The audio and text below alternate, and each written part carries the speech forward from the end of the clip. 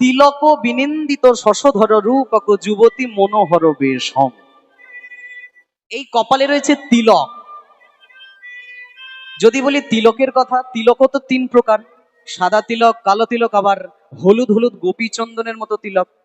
কোন তিলক কপালে রয়েছে? সাদা তিলক চৈতন্যের কপালে রয়েছে।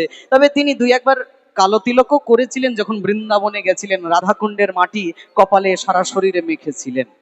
আমরা প্রসঙ্গ বোধহয় গতবারে আলোচনা করেছিলাম যে তিলকের উৎপত্তি শুনেছেন তো অনেকে? হ্যাঁ হ্যাঁ হ্যাঁ হ্যাঁ, কার কার মনে আছে? হ্যাঁ হ্যাঁ হ্যাঁ হ্যাঁ, কার মনে আছে? আরেকটু ছুঁয়ে যায়। নারদ মুনি নারায়ণকে জিজ্ঞেস করেছিলেন, প্রভু থাকো কোথায়? নারায়ণ বলেছে সর্ব জায়গায়। নারদের মাথা চলে উল্টো বুদ্ধিতে। নারদ ভাবে, আমার নারায়ণ যদি সব জায়গায় থাকে, তাহলে মল ত্যাগটা করবো কোন জায়গায়? এই বলে নারদ মুনি আর মল ত্যাগ করে না। কিছুদিন পর যখন নারায়ণের সঙ্গে দেখা করতে যায়, নারদের শরীর থেকে দুর্গন্ধ, হ্যাঁ হ্যাঁ হ্যাঁ হ্যাঁ, সি সি সি, কি গন্ধ পাইছি। নারদের শরীর থেকে দুর্গন্ধ আসে। কি ব্যাপার নারদ, যার শরীরে পদ্ম ফুলের গন্ধ থাকে সর্বদা, তার শরীরে এমন দুর্গন্ধ কেন? নারদ বলে, কি করব, তুমি বলেছো থাকো সর্বথায়। আমি ভাবি যেখানেই করব মল ত্যাগ, সেটাই পড়বে তোমার গায়ে, ওই জন্যে আর মল ত্যাগ করি না। তোমার দেহ অপবিত্র হবে, তাতে আমার বৈষ্ণব অপরাধ হবে। নারায়ণ বলে, হায় হায় হায়, তুমি কি করেছো? যাহা বর্জনীয়, যাও আগে কি বর্জন করে আসো। তাকে কেউ শরীরে ধরে রাখে? নারদ বলে, যাব কোথায়? নারায়ণ বলে, চলে যাও মলয় পর্বতে। কোন পর্বত? মলয় পর্বত। কথা দিলাম সর্ব জায়গায় থাকি বটে, কিন্তু মলয় পর্বতে আমার প্রকাশ হবে না সর্বঘটে। মলয় পর্বতে আমি থাকবো না, ওখানে গিয়ে মলত্যাগ করো, শুদ্ধ হও, গঙ্গা স্নান করে তারপর আমার কাছে এসো। কথিত আছে, বৈষ্ণব মহাজনের মুখেই শোনা, এই মলয় পর্বতে গিয়ে নারদ দীর্ঘদিনের জমা মল যখন পরিত্যাগ করলেন, সেইটাই নাকি চন্দন রূপে চৈতন্য মহাপ্রভু কপালে ধারণ করেছে।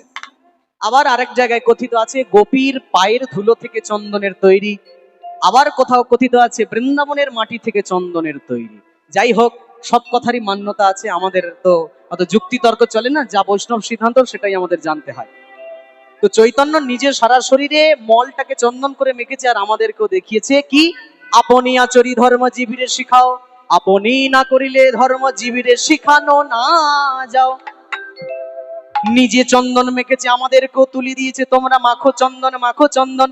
তাই চৈতন্যের কপালে আজকে কি, চন্দন চর্চিত নীল কলে বড়, চন্দন চর্চিত নীল কলে বড়, চন্দন চর্চিত নীল কলে বড়। পিত বসন বনমালী, পিত বসন বনমালী। আছে চন্দন চর্চিত, কেন চন্দন মেখেছ হে ওই অঙ্গে, পিত বাস পড়িয়াছ মন রঙ্গে। কার মন ভুলাতে কার পুরাতে বাসনা, কার মন ভুলাতে কার পুরাতে বাসনা। এমন ভাবে চন্দন মাখো একবার বলো না, এমন ভাবে চন্দন মাখো একবার বলো না। চন্দন মাখে সর্বগায় হরি হরি হরি গায়, চন্দন মাখে সর্বগায় হরি হরি হরি বল। আপনি হরিয়া হরি বলছে হরি বল, আপনি হইয়া হরি বলেছে হরি বল। নিন্দু কোপা সন্ডিয়ার ধৃত পাপী দুরাচার, নিন্দু কোপা সন্ডিয়ার ধৃত পাপী দুরাচার।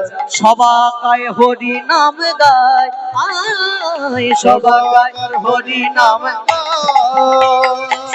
বাহু তুলে হরি বলো, বাহু তুলে হরি বলো।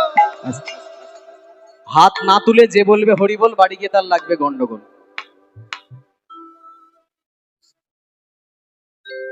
কি করবে? তুলবে? সবাই বলো হরি বল। বাহু তুলে প্রেমানন্দে সবাই বলো হরি বল। বাহু তুলে প্রেমানন্দে সবাই বলে হরি বল। তাই খুব সুন্দর ভাবে গৌরাঙ্গের কপালে আছে চন্দন।